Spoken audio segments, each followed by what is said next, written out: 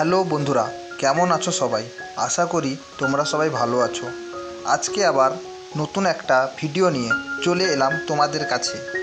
তো বেশি দেরি না করে ভিডিওটি শুরু করা যাক। তো আজকে যে গল্পটি বলবো সেই গল্পের নাম ব্রাহ্মণ ও সোনার হাঁস। এক গ্রামে এক গরিব ব্রাহ্মণ বাস করত।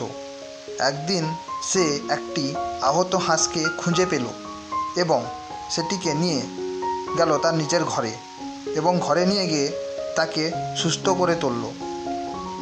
কৃতজ্ঞতা প্রকাশে হাঁসটি ব্রাহ্মণকে বলল, আমি কোনো সাধারণ হাঁস নই, আমি সোনার হাঁস। আমি প্রতিদিন একটি করে সোনার ডিম দেব। ব্রাহ্মণ খুব খুশি হলো। প্রতিদিন সে একটি করে সোনার ডিম পেয়ে ধীরে ধীরে ধনী হয়ে উঠতে লাগলো।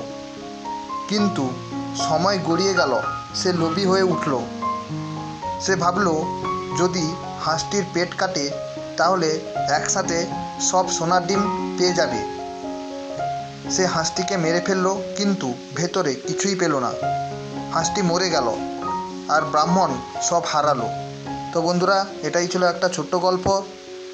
তো এই গল্প থেকে আমরা যে শিক্ষণীয় নীতি কথাটি পাই সেটি হলো, লোভে সর্বনাশ, ধৈর্য ধরলে সাফল্য আসে। তো বন্ধুরা, এটাই ছিল আমার একটা ছোট্ট গল্প। গল্পটি যদি তোমাদের ভালো লেগে থাকে তাহলে লাইক, শেয়ার, কমেন্ট ও অবশেষে সাবস্ক্রাইব করতে ভুলো না যেন। ততক্ষণে তোমরা ভালো থাকো, সুস্থ থাকো। গল্পটি শেষ পর্যন্ত দেখার জন্য তোমাদের অনেক অনেক ধন্যবাদ।